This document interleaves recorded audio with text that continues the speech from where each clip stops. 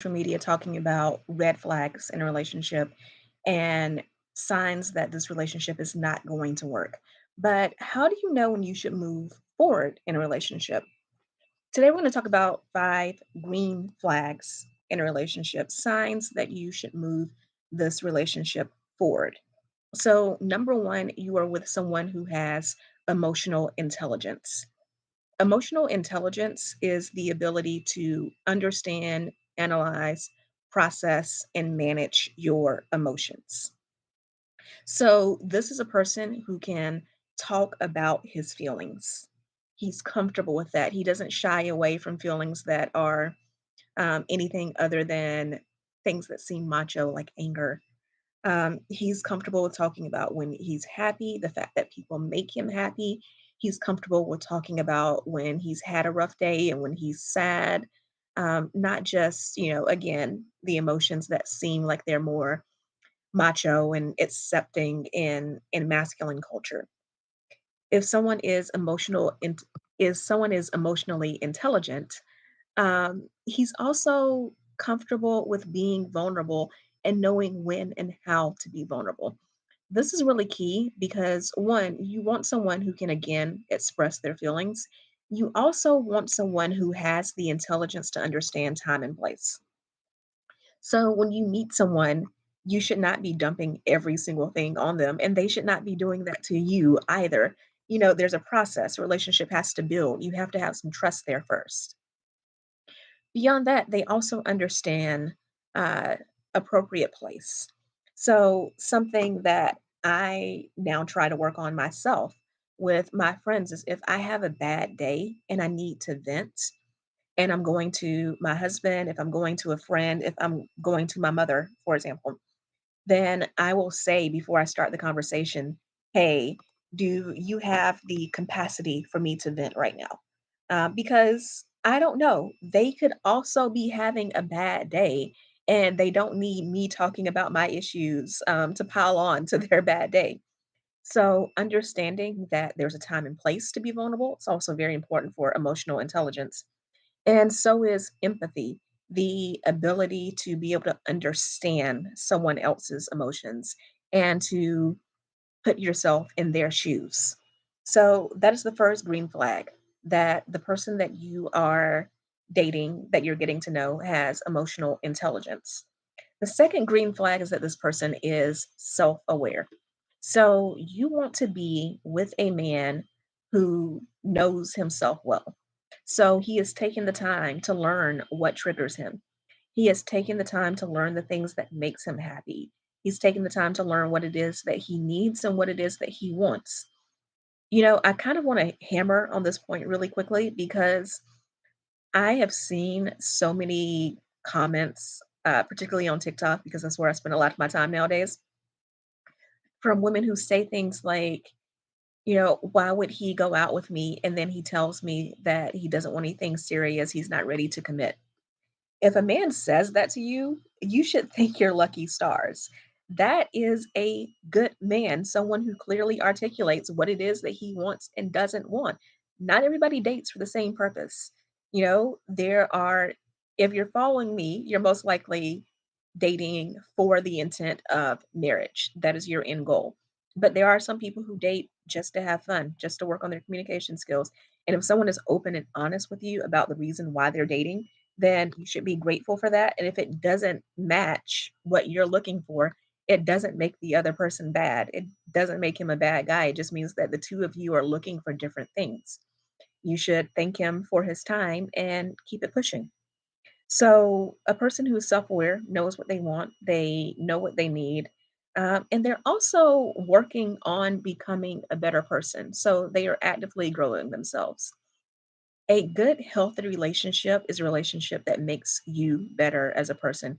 You should be able to point to, since I've been in a relationship with this person, these are the ways in which I've become better. And a person can't make you better if they aren't also actively working on making themselves better. Ideally, the two of you are growing together and improving each other as you improve yourselves. So, number three, the third green flag that we're going to talk about is someone who is easy to be around. So when a person is easy to be around, you feel good when you are around them. You feel good about them, about how the relationship is progressing. There's a book that I highly recommend. It's called The Body Keeps Score. And it talks about all the ways in which, emotional, mental trauma impacts our physical bodies. And, it works in the reverse as well, not just, the bad things, but also the good things are great for our bodies as well. So when you are around someone who makes you feel good, then it's good for your overall well being. Also, if someone is easy to be around, they are consistently kind. So, not just nice when they want something from other people, but someone who's just a nice person in general. They are also, to that point, nice to everyone. This is one of the reasons why I am in favor of having a meal on a first date, because if someone treats restaurant servers like crap, then that is not somebody you want to be with. That is immediate red flag. You just need to go, forget about it. Because the best way to see a person's true personality is how they treat people who can do nothing for them. So I'm talking about servers at a restaurant. Um, Anyone whose job is to serve you. So that goes for like cashiers in stores as well. Also, how someone treats, the elderly, how they treat small children who they could in some ways be seemingly above that person. So you want someone who is consistently kind, someone who is kind to everyone. You want someone who is accommodating. Now, this does not mean pushover. And I really want to emphasize that because I also don't want you to be a pushover or a people pleaser. There's a difference between just giving in to whatever somebody else wants and being willing to talk things out, being willing to compromise, being willing sometimes to agree to disagree. You want someone who is accommodating like that. You want someone who obviously treats you well, and you want someone who is engaged. And by engaged, I mean that when you are in conversation with them, they are present. They are listening. There's a back and forth. So it's not like they only talk about themselves and you're supposed to be a captive audience, or they let you do all the talking and then they never say anything. You want an active conversation. You want someone who shows that they're interested in the things that you're saying by the questions that they ask, by the follow up that they ask for. So, our number 4 green flag is someone who has their own life. Codependency is not cute. Like, it's just not cute at all. So, you want to be in a relationship in which you have your own hobbies and interests that are separate from the other person's hobbies and interests. You want to have friends that are separate from the other person's friends. That doesn't mean that both your groups of friends can't come together. That doesn't mean that over the course of a relationship, you won't become friends with some of his friends and he'll become friends with some of yours. But let me know if you've ever seen this before. You've been in situations where there's a breakup and there's also a friend divorce. So, I had this happen to me years ago. I was in a relationship where because I was young and dumb, um, I got in this relationship, and as I started dating the guy, I slowly stopped spending time with my friends and only hung around with his. And when the relationship ended, when we broke up, you know, I broke up with him and I thought that I would still have all these friends. And no, because they were his friends to begin with. So, basically I had to go back to my friends and, with my tail between my legs and be like, I messed up and get my friends back. You want to make sure that you have your own life and that he has his own life as well. One person is not supposed to be all things to you. When you get married, when you find your husband, of course, he's going to be a huge part of your life. But there are going to be some gaps. And that is why you have your own family.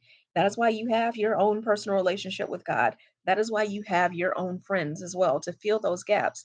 And, sometimes you're going to have problems that you're not necessarily going to want to discuss with your husband.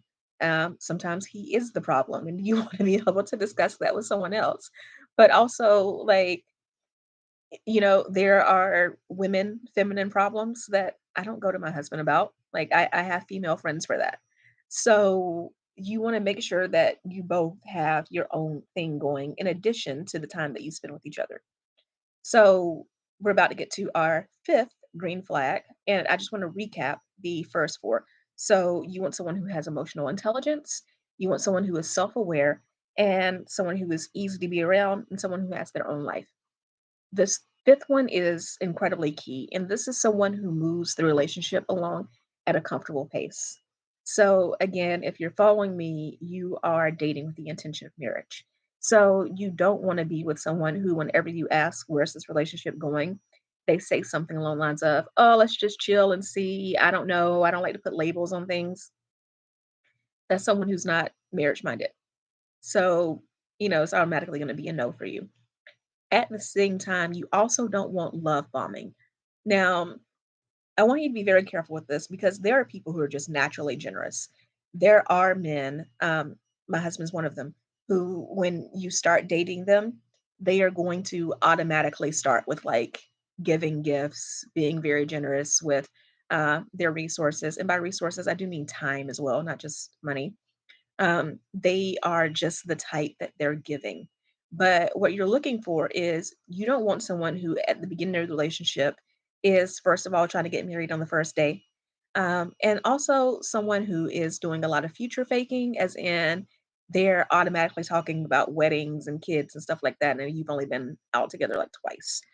You also don't want someone who is, when I say love bombing, I'm talking about they are going out of their way, they're giving all these gifts, they're also starting to isolate you, so, like, they take up all of your time, you're never around anybody else because every moment is dedicated to them, and then, they get you to this point where you feel like you're spoiled, and after getting to that point, then they start to slack off. They're not keeping it up. They start giving you less and less, and training you really to expect less and less. So you want someone who moves the relationship at a comfortable pace. They're not trying to move too fast. They're not trying to get you to make a commitment without knowing who they are, essentially pulling a bait and switch because they'll come across as this really great person to begin with. And then the second you commit, the real them shows up. At the same time, if again you're dating with the intention of marriage, you want someone who is clear about that as well. The fact that they are really making this effort to get to know you, to evaluate and discern whether or not the two of you are right for each other. Want to be clear on that as well. Not whether or not you are a good person and they are a good person. Um, when I was single, I dated plenty of men who were good men. In fact, I would say that some of the ones that I dated were even great men, but they were not my man. And that doesn't take anything away from them. A lot of them are happily married now with women who are their women, because obviously I wasn't their woman either. So, it's not a matter of taking it personal if a relationship doesn't work out, but it's understanding that what's for you is what's for you. And the person being good or great is only part of that. Like, obviously, you want your future husband to be a great man, but he also has to be right for you. He has to be able to love you in the way that you need to be loved. The two of you have to have shared values. Note that I said shared values, not necessarily shared interest, but shared values, same similar beliefs about faith, whether or not you want to have kids. Um, it's good to have similar values on like politics and things like that as well. Not that you necessarily have to. I've seen marriages where um, the Conways, George and I want to say his wife is Anne Conway. If you've never heard of them, George Conway is a Democrat and like a political analyst who's constantly on CNN and all that. His wife, Kellyanne, I'm sorry, her name is Kellyanne Conway. Kellyanne Conway worked for the Trump administration. So their political beliefs couldn't be further apart, but they've been married for, I don't know, 20, 30, 40 years, something like that. So, not necessarily the same political values, but it does help. You want someone who has shared values with you in general. And dating is getting to know those things and understanding those things using that discernment. So a relationship ending is oftentimes just a matter of incompatibility in those ways, not necessarily that a person on either side did anything wrong. So these are 5 green flags that you want to look out for in a relationship. Let me know if you would like to hear any more green flags or any more about discernment. I can do a separate video on discernment, and I will talk to you soon. Love you. This podcast is brought to you by Contessa Digital.